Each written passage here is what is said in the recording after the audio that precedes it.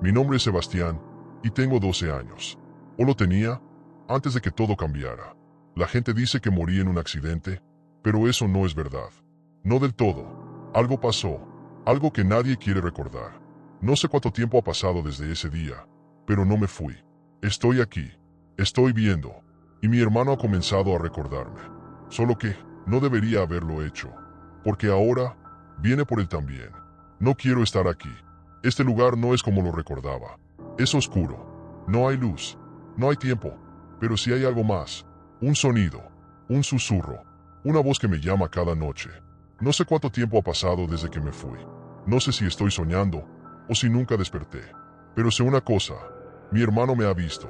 Sé que encontró la foto. Sé que me reconoció. Sé que sintió la piel erizarse cuando vio mi reflejo en la ventana. Al principio, intentó ignorarlo, como hicieron todos. Como mamá, como papá, como hicieron desde el día en que desaparecí. Pero ya no puede ignorarme. Ahora puede escucharme. Puedo verlo susurrar mi nombre en su habitación, mirando su teléfono, leyendo la fecha en la parte trasera de la fotografía. La fecha que no debería estar ahí. Yo no soy un recuerdo. No soy un eco del pasado. Soy algo que nunca debió irse. Y él será el siguiente. Lo siento, Héctor. No me dejes ir.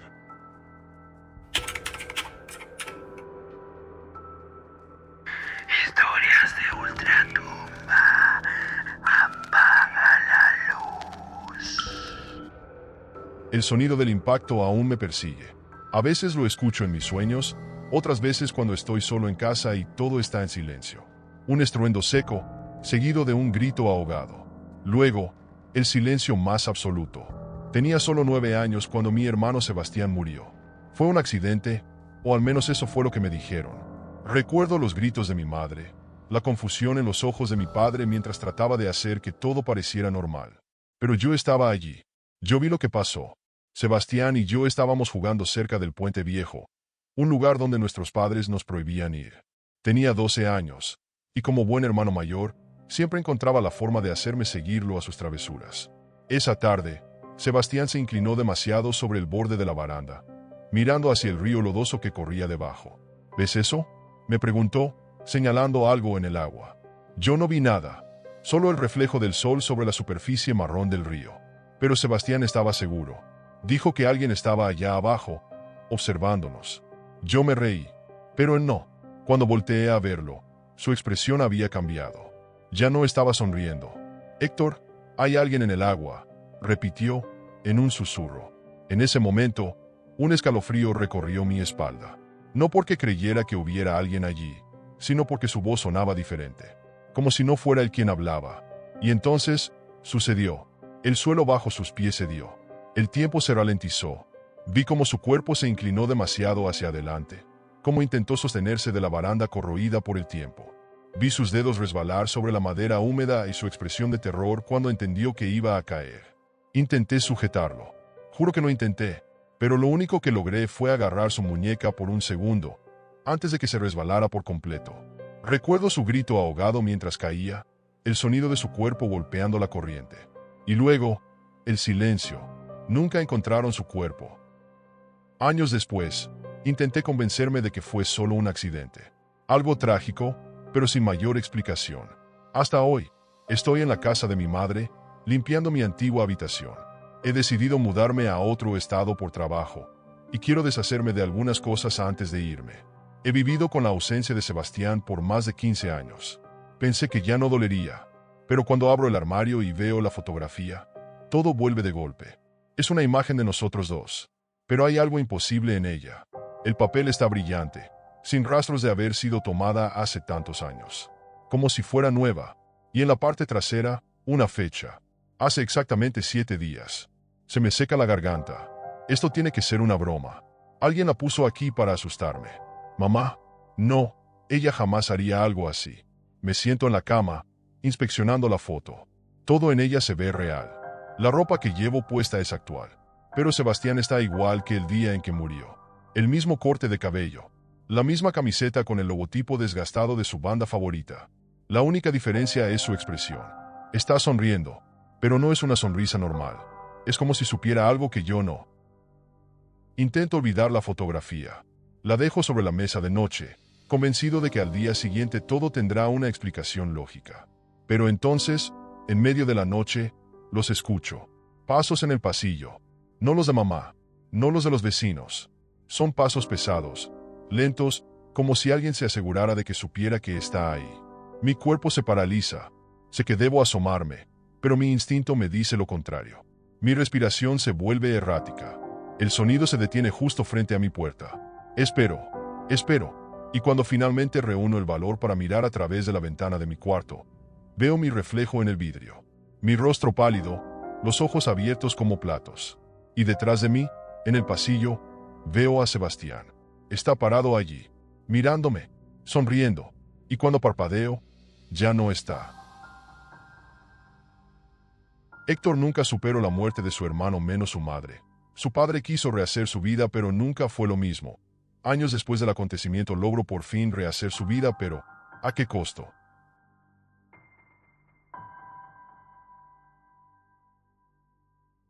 Cuando perdimos a Julián, algo dentro de mí murió también y Héctor enloqueció.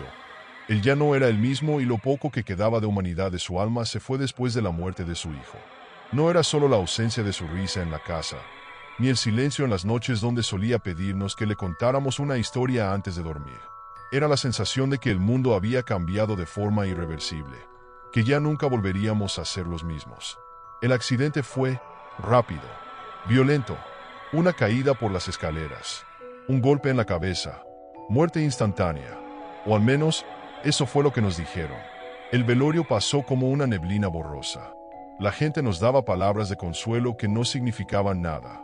Lo enterramos en un pequeño cementerio, en una tumba con su nombre tallado en mármol. Y entonces pasaron los días, luego las semanas, hasta que una noche alguien tocó la puerta. Y cuando abrimos, Julián estaba allí. No puedo explicar lo que sentí en ese momento. Era nuestro hijo, o al menos parecía serlo. Estaba de pie en el umbral de la casa, bajo la luz mortecina del porche. Su misma ropa, su misma piel tibia, el mismo corte de cabello despeinado que le hacíamos en casa. No tenía heridas, no había rastros de la caída, ni un solo rasguño, ni la más mínima señal de lo que ocurrió aquella maldita noche. Pero algo estaba mal.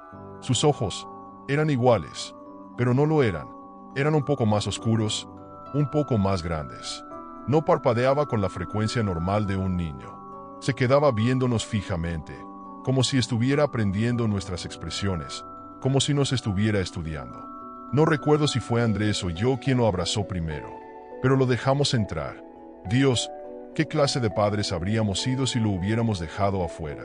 La casa nunca me había parecido tan silenciosa.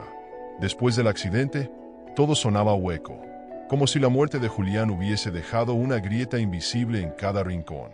Pero esa noche, cuando él volvió, el silencio era diferente. Era un silencio pesado, como si alguien más estuviera en la casa con nosotros. Después de la cena, Julián se sentó en la sala, mirando la televisión, pero nunca cambió el canal. La pantalla mostraba un programa viejo que ni siquiera parecía prestarle atención. Solo se quedó allí, inmóvil, con los ojos fijos en la pantalla. Yo lo observaba desde la cocina. Sentí un escalofrío recorrerme la espalda. En algún momento, mi perro empezó a gruñir. Max, un labrador viejo y tranquilo, nunca había gruñido de esa forma. El sonido era bajo, amenazante. Levantó el hocico y mostró los dientes, mirando directamente a Julián. Y por primera vez, lo vi parpadear, pero no como una persona normal. Lo hizo 2 veces seguidas, rápido, como si estuviera imitando la acción. Luego se puso de pie y caminó lentamente hacia Max. El perro se encogió, sus orejas se aplastaron contra el cráneo. Julián se agachó, lo miró a los ojos y sonrió. No supe qué hacer. Julián, ven, ya es tarde. No reaccionó, solo siguió sonriendo. Mañana podemos jugar con Max, insistí. Se quedó quieto un momento más, y luego se giró para mirarme. Pero no se movió de inmediato. Fue como si esperara que yo dijera algo más. Finalmente, dejó al perro y caminó hacia su habitación. Y esa noche, Max no dejó de gruñir. El sonido bajo la cama. Me desperté en mitad de la noche. Un sonido, algo arrastrándose en la oscuridad. Al principio pensé que era mi imaginación, pero entonces lo escuché de nuevo. Un roce, algo pesado moviéndose por el suelo de madera. El ruido venía de la habitación de Julián. Me levanté, asegurándome de no despertar a Andrés, y caminé descalza por el pasillo. La puerta de su cuarto estaba entreabierta. Me asomé. Julián no estaba en la cama. Sentí un escalofrío recorrerme el cuerpo. Iba a encender la luz, pero en ese momento lo vi. Estaba debajo de la cama.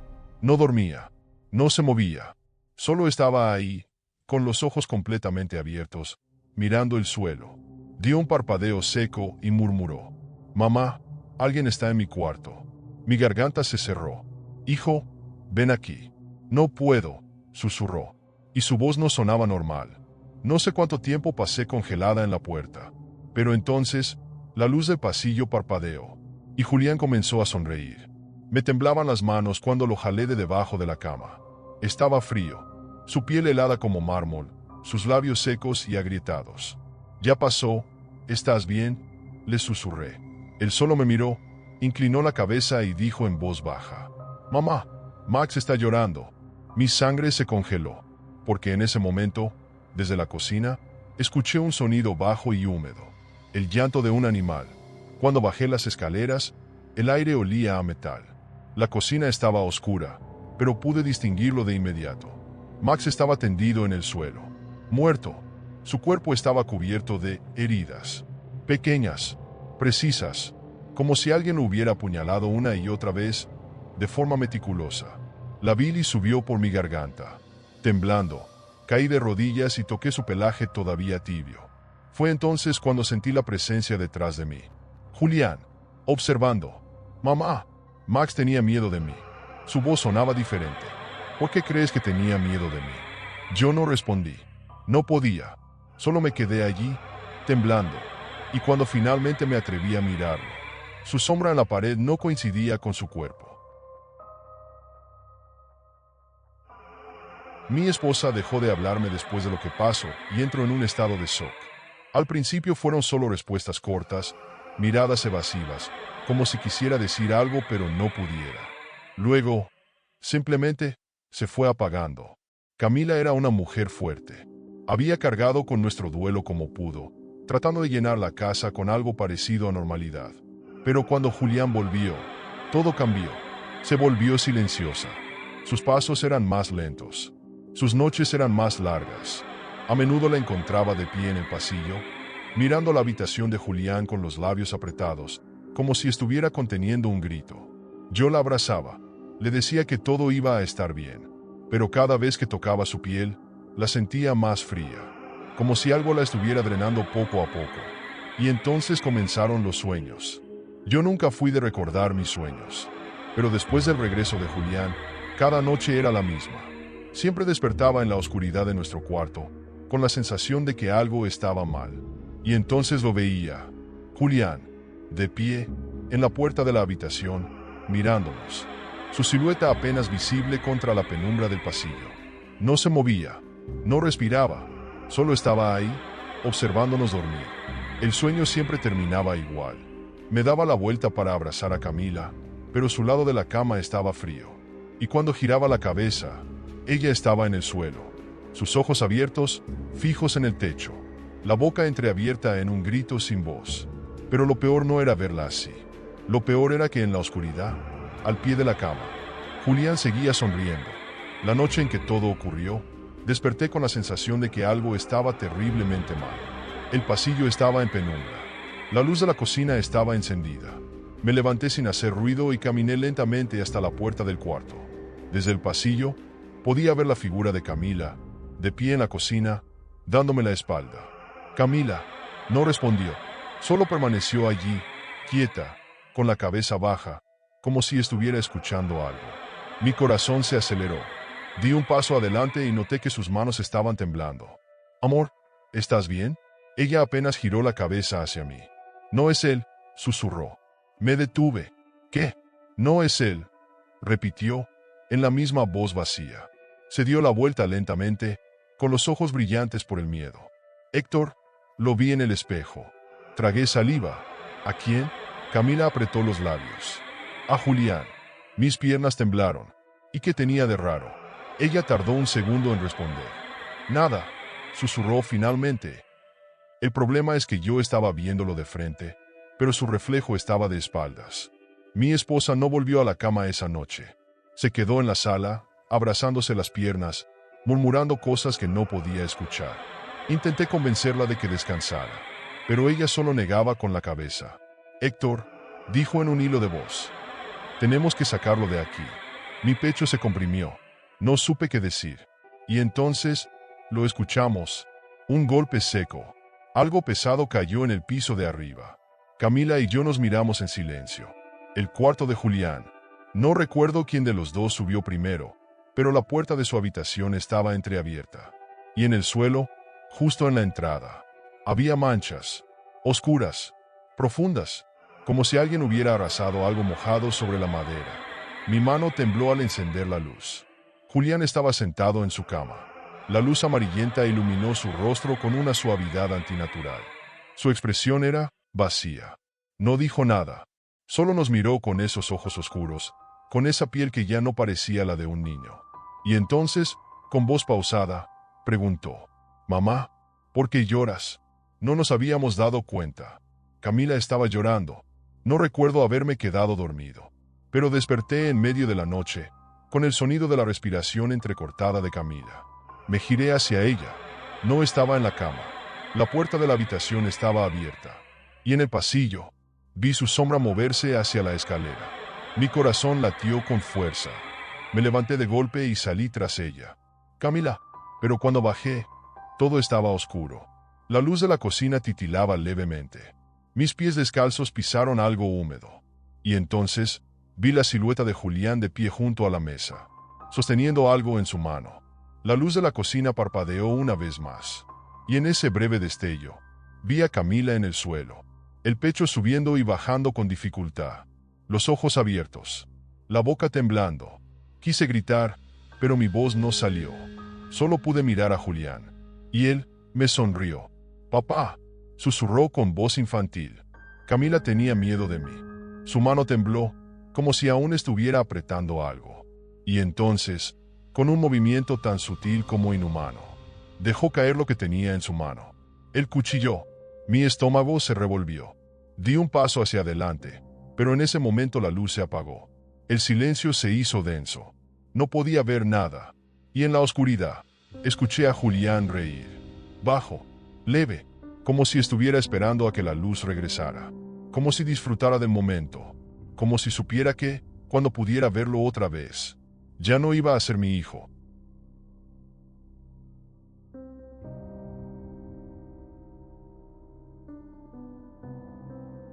La casa estaba en completo silencio. Apenas el viento nocturno golpeaba las ventanas, haciendo que las cortinas se movieran como espectros en la penumbra. Un leve zumbido eléctrico llenaba el ambiente. El sonido estático de la televisión encendida en la sala. Y en medio de todo eso, Julián caminaba descalzo por la casa. Sus pequeños pies apenas hacían ruido contra el suelo de madera mientras avanzaba con calma, como si estuviera recorriendo un museo olvidado, como si estuviera admirando su obra. Cuando pasó junto a la cocina, se detuvo por un momento. Su madre estaba allí, tendida en el suelo. Sus ojos abiertos miraban el techo sin parpadear. Su pecho subía y bajaba de manera errática, como si aún intentara aferrarse a la vida. Pero el color se le estaba escapando del rostro. Julián inclinó la cabeza, como si estuviera analizándola. Luego, sin prisa, se arrodilló a su lado. «Mamá». Su voz fue suave, casi un susurro, pero ella no respondió. Sus labios se movieron apenas, como si intentara decir algo. Julián la observó con curiosidad. Sus ojos oscuros reflejaban las luces parpadeantes de la cocina. Finalmente, se puso de pie, como si hubiera perdido el interés, y continuó su paseo por la casa. Las escaleras crujieron bajo sus pasos. Cada escalón temblaba con un sonido hueco, rompiendo el pesado silencio de la casa. Cuando llegó al segundo piso, la puerta de la habitación de su padre estaba entreabierta. Dentro, las luces parpadeaban, y en la penumbra, su padre estaba de espaldas, sentado en el suelo. Su respiración era entrecortada, casi un lamento ahogado. Julián se quedó en el umbral de la puerta, observándolo en silencio. Sus labios se curvaron en una pequeña sonrisa. Luego, sin decir nada, Dio media vuelta. Bajó las escaleras con calma, sin prisa, como si ya supiera cómo terminaría la escena. Cuando pasó por el pasillo, sus pasos lo guiaron hasta donde su viejo perro Max solía dormir. Pero Max ya no estaba en su rincón. Su sombra se alargaba en la penumbra, flotando ligeramente en el aire. El animal estaba inmóvil, su silueta temblorosa apenas se veía en la penumbra de la habitación. El viento sopló suavemente, moviendo las cortinas. Pero Julián no le prestó atención. Ni siquiera se detuvo esta vez. Solo sonrió y siguió caminando. El televisor aún estaba encendido en la sala. Un canal sin señal. La pantalla parpadeaba en estática, emitiendo un zumbido bajo y monótono. Julián se dejó caer en el sillón con tranquilidad, hundiéndose en el viejo mueble como si fuera suyo desde siempre. Las luces parpadeaban a su alrededor, proyectando sombras largas y distorsionadas en las paredes. Tomó el control remoto y subió el volumen de la estática, llenando la casa con aquel ruido inhumano, como un coro de voces susurrando desde el otro lado. Sus piernas se balanceaban levemente.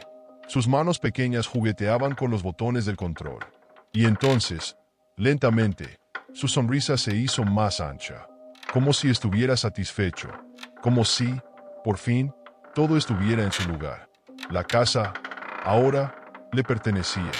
Y mientras la televisión parpadeaba en el fondo, Julián se quedó allí, viendo la pantalla, esperando algo que solo él podía ver. Cuando llegó la mañana, la luz del sol se filtró por las ventanas polvorientas, pero la casa seguía en silencio. Solo el televisor seguía encendido, iluminando la sala con su resplandor blanco y gris. Y en el sillón, con los ojos oscuros reflejando el parpadeo de la pantalla, Julián aún sonreía.